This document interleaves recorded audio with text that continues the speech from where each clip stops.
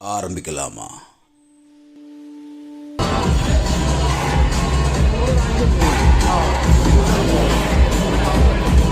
ഇന്ന് മഹാരഥന്മാരുടെ സേവനം ഈ അവസരത്തിൽ നാം ഓർക്കുന്നു. അവരിൽ പലരും ഇന്ന് നമ്മളോടൊപ്പം ഇല്ല എന്നത് വളരെ വേദനാജനകവുമാണ്. ഇന്ന് അസീസിയ കൺവെൻഷൻ സെന്ററിൽ കുടുംബാംഗങ്ങൾ എത്തുമ്പോൾ ഒത്തുചേരുമ്പോൾ അവരുടെ സന്തോഷവും സങ്കടവും സ്നേഹവും തമാശകളും ഒക്കെ പങ്കുവച്ച് ഒരു നല്ല ദിവസം സമ്മാനിക്കാൻ ഈശ്വര പ്രസിഡന്റ് ഈശ്വര പ്രാർത്ഥനയ്ക്കായി എക്സിക്യൂട്ടീവ് മെമ്പറായ കലാഭവൻ സെക്രട്ടറി വിട പറഞ്ഞു പോയ നമ്മുടെ സുഹൃത്തുക്കളെ ഒരു നിമിഷം ഓർപ്പിക്കാനായിട്ട് അനുശോചന രേഖപ്പെടുന്നതിന് വേണ്ടി എക്സിക്യൂട്ടീവ് മെമ്പർ തമാശയായി കാണുന്ന സോമേട്ടന് പ്രണാമം. അതോടൊപ്പം മറ്റൊരാളെ ഓർക്കേണ്ടത് പ്രിയപ്പെട്ട കലാഭവൻ ഹനീഫിക്കയാണ്. ഹനീഫിക്കയും കഴിഞ്ഞ ജന്മകൂടിക്ക് നമ്മുടെ കൂടെ ഉണ്ടായിരുന്നു. ചെയ്ത കഥാപാത്രങ്ങളുടെ പേരിൽ അറിയപ്പെടാൻ ഭാഗ്യം കിട്ടിയ ആളാണ് ഹനീഫിക്ക. ഹിറ്റ്ലർ മീശ വെച്ച പറക്കന്തളികയിലെ മണവാളൻ എന്ന ഒറ്റ കഥാപാത്രം മതി മലയാളിക്ക് ഹനീഫിക്കയെ ഓർക്കാൻ. ഉൾപ്പെടെ ഒട്ടേറെ കഥാപാത്രങ്ങളിലൂടെ കലാഭവനിലൂടെ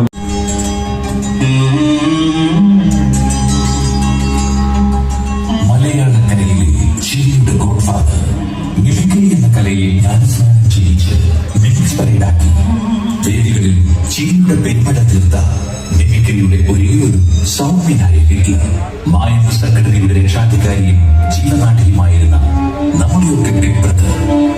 ഓരോ മിമിക്രി കലാകാരന്മാരുടെയും ക്ഷേമത്തിനും ഐശ്വര്യത്തിനും വേണ്ടി നിരന്തരമായി ഇടപെടലുകൾ നടത്തിക്കൊണ്ടിരുന്ന നമ്മുടെ ബോഡി ഗാർഡ്. നല്ല തമാശ നല്ല വേദനയിൽ നിന്നാണ് ഉണ്ടാകുന്നത്. അപ്പോ ആ വേദനയെ ഒരാൾ തമാശയായിട്ട് പറയുമ്പോഴാണ് ആ വേദനയും കിട്ടും, ഒപ്പം തമാശയും കിട്ടും.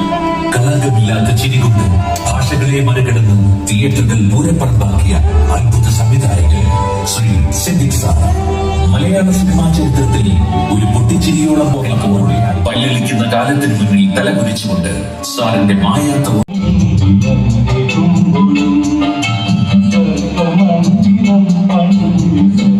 എല്ലാവർക്കും അറിയാൻ കാര്യം തന്നെയാണ്. ഏറ്റവും പ്രിയപ്പെട്ട ജ്യേഷ്ഠ സഹോദരൻ നാഷിഖനെയും സ്വാഗതം ചെയ്യുന്നു. അപ്പോൾ വേദിയിലിരിക്കുന്ന മറ്റ് നമ്മുടെ എക്സിക്യൂട്ടീവ് മെമ്പേഴ്സാണ്. നമ്മുടെ വൈസ് പ്രസിഡന്റുമാർ രണ്ടും പറയാനുള്ളത് നമ്മുടെ കോർഡിനേഷൻ അല്ല, നമ്മുടെ ഒരു ഒത്തൊരുമയെ കുറിച്ചാണ് പറയാനുള്ളത്, നമ്മുടെ സാമ്പത്തിക ഭദ്രതയെ കുറിച്ചാണ് പറയാനുള്ളത്. അതൊക്കെ എനിക്ക് തോന്നുന്നു പ്രചോദ് വർഷമായി വന്നതിന് ശേഷം കിട്ടിയ ഒരു പ്രചോദിന്റെ ഭാഗ്യം, ഒപ്പം നമ്മുടെ എല്ലാവരുടെയും ഒരു കൂട്ടായ്മ എല്ലാം കൊണ്ട് തന്നെയാണ്. അതുകൊണ്ട് പ്രചോദിനെയും ഞാൻ എന്തായാലും അല്പസമയത്തോട് നിലപ്പില്ലാമെന്ന് വിചാരിക്കുന്നു. അപ്പോൾ ഔപചാരികതയുടെ പേരിൽ ഞങ്ങൾ ഓരോരുത്തരെയും ഏറെ സ്നേഹത്തോടെ ഒരുപാട് സന്തോഷത്തോടെ എല്ലാവരെയും ഇന്നത്തെ ഈ പൊതുയോഗത്തിലേക്ക് ഞാൻ സ്വാഗതം ചെയ്യുന്നു.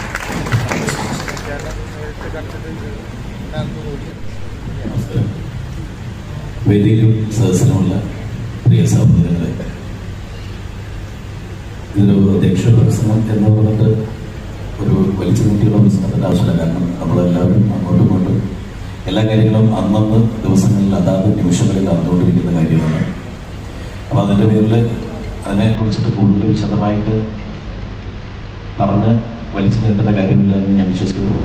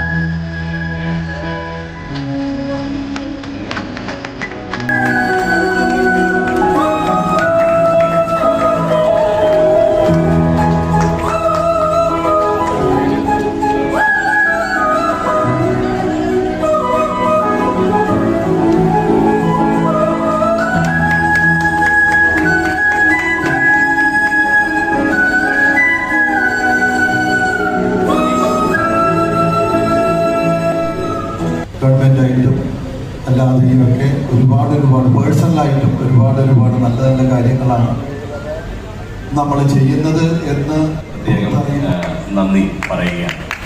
ജോബ് ബോർഡിനെ കുറിച്ച് ആശിക ഒരു ചെറിയ രീതിയിൽ നിങ്ങളോടൊന്ന് പറഞ്ഞിട്ടുണ്ട്. അതിൽ പങ്കെടുത്ത പലരും ഇവിടെ ഇരിപ്പുണ്ട്. അത്തരത്തിലൊരു ഷോ ഈ അടുത്ത കാലത്തെങ്ങും ആരും കണ്ടിട്ടില്ല എന്നുള്ളതാണ് നമ്മുടെ ആർട്ടിസ്റ്റുകൾ തന്നെ പറയുന്നത്. നല്ല ചെറിയൊരു ഷോ ആയിരുന്നു.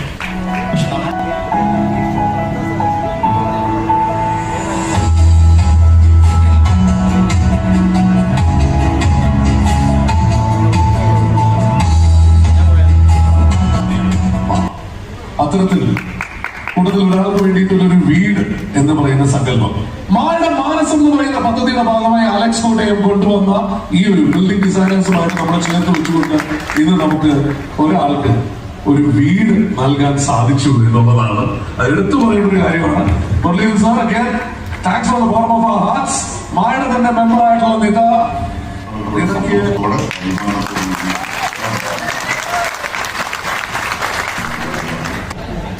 ഒരുപാട് നന്ദി. പിന്നെ കലാകാരന്മാരോട് ഒരു ചെറിയ ഉപദേശം കൂടി തരാൻ ആഗ്രഹിക്കുന്നു. നിങ്ങൾ പലപ്പോഴും അവതരിപ്പിക്കുന്ന സ്റ്റേജുകളിൽ അവതരിപ്പിക്കുന്നത് ഒരു പ്രൊഫഷണൽ പരിപാടിയാണ്. പലതും കൊണ്ടിട്ട് ഞെട്ടിപ്പിക്കുന്നുണ്ട്, പ്രകടനം കൊണ്ടിട്ട്, ആശയം കൊണ്ടിട്ട് ഒക്കെ, സെറ്റിങ്സ് കൊണ്ടിട്ട് ഒക്കെ ഞെട്ടിക്കുന്നുണ്ട്. പക്ഷെ ഈ പെർഫെക്ഷന്റെ കാര്യത്തിൽ കുറച്ചുകൂടി ശ്രദ്ധിച്ചാൽ, കാരണം ഇതൊരു പ്രൊഫഷണലായിട്ട് നമ്മൾ പണം വാങ്ങിയിട്ട് നടത്തുന്ന ഒരു പരിപാടിയാകുമ്പോൾ അതിന് കൃത്യമായിട്ടുള്ള ഒരു ചട്ടക്കൂടും കാര്യങ്ങളും ഉണ്ടാകണം. സ്വാഭാവികമായിട്ടും ഇംപ്രവൈസേഷൻ ഉണ്ടാകണം. സ്റ്റേജിൽ വെച്ച് തീർത്ത് തോന്നുന്ന തമാശകൾ പറയുക എന്നൊക്കെ പറയാം. അതിലൊരു അതിനുശേഷം നമുക്കൊരു ഒറ്റക്കൊമ്പനെ കിട്ടി. ഒറ്റക്കൊമ്പൻ എന്ന് പറഞ്ഞാൽ ഒരു കൊമ്പുള്ള ആളല്ല, ഒറ്റയ്ക്ക് നടക്കുന്ന കൊമ്പനാണ്. ഇത്തിരി പ്രശ്നക്കാരനായിരിക്കും. അതാണ് നമ്മുടെ സുരേഷ് ഗോപി. നിങ്ങൾക്കറിയാം, തുടക്ക കാലഘട്ടത്തിൽ ഒന്നുമല്ലാത്ത അവസ്ഥയിൽ പോലും അദ്ദേഹത്തിനോടൊപ്പം ഞാൻ സഞ്ചരിച്ചതിന് ഒരുപാട് സൈബർ ആക്രമണങ്ങൾ. അദ്ദേഹത്തിന്റെ രാഷ്ട്രീയമല്ല എന്റെ രാഷ്ട്രീയം, പക്ഷെ അദ്ദേഹത്തിന്റെ ഹ്യൂമാനിറ്റി, മനുഷ്യത്വത്തിന്റെ കൂടെ നിന്നതിന് അവസാനം വിജയം ഉണ്ടാവുമെന്നുള്ള എനിക്ക് ഉറപ്പായിരുന്നു. ആ വിജയം കണ്ടെത്തി. ഇനിയിപ്പോ നിങ്ങൾ ഒരാൾക്ക് പ്രധാനമന്ത്രിയെ വെറുതെ ചെറിയ ആവശ്യങ്ങൾക്കല്ല, വീട്ടിൽ മാമോദിസങ്ങളിലും ഞാൻ പറയുന്നത്, പ്രധാനമന്ത്രിയായിട്ട് കോൺടാക്ട് ചെയ്യുന്ന 2 പേരുടെ അവലംബിയുണ്ട്. ഒന്ന് ഇതിലിരിക്കുന്ന അശോകനും നാദശ്രീയും ഉൾപ്പെടെ ഉള്ള നമ്മുടെ പ്രിയപ്പെട്ട സ്ഥാനത്തുള്ള ശ്രീലങ്ക കലാകാരന്മാർ, സദസ്സിലിരിക്കുന്ന പ്രിയപ്പെട്ട സഹപ്രവർത്തകരെ, സുഹൃത്തുക്കളെ, സംഘടനയുടെ ഭാരവാഹികൾ, പുതുതായി തിരഞ്ഞെടുക്കപ്പെട്ട ഭാരവാഹികൾ, ഇവർക്കും എൻ്റെ വിനീതമായ നമസ്കാരം. ചില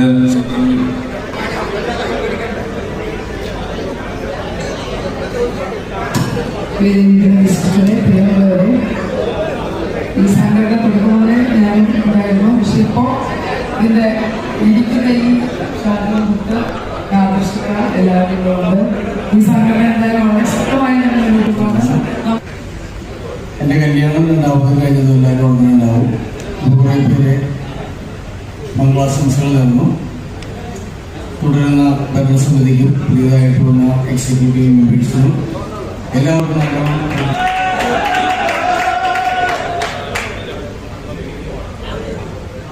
കലാപരമായിരുന്ന കാലത്ത് ഹസ്ബിലെ ഞാൻ സിദ്ധിക്കിലാണ് എൻ്റെ പ്രൊഡ്യൂസ് അല്ലേ, ആ ടീമിനെ കൂടി വർക്ക് ചെയ്യാൻ ഒരു ഭാഗ്യം എനിക്കുണ്ടായി. 87-ൽ മമ്മൂക്കയുടെ കൂടെ ഗൾഫിൽ പോകാനും മിമിക്രി ഞാൻ മാത്രം ഉണ്ടായിരുന്നു. ഭാഗ്യങ്ങളും എല്ലാം കാത്തിരിക്കുന്നു. നല്ലത് മാത്രം ഭവിക്കട്ടെ എന്ന് പ്രാർത്ഥിച്ചുകൊണ്ട് നമ്മുടെ അംഗമായിട്ട് നമ്മുടെ ഫസ്റ്റ് ജനറൽ ബോഡിയിൽ എത്തിയിരിക്കേണ്ട ഒരു സ്വാഗതം കൂടെ ആശംസിക്കുകയാണ്.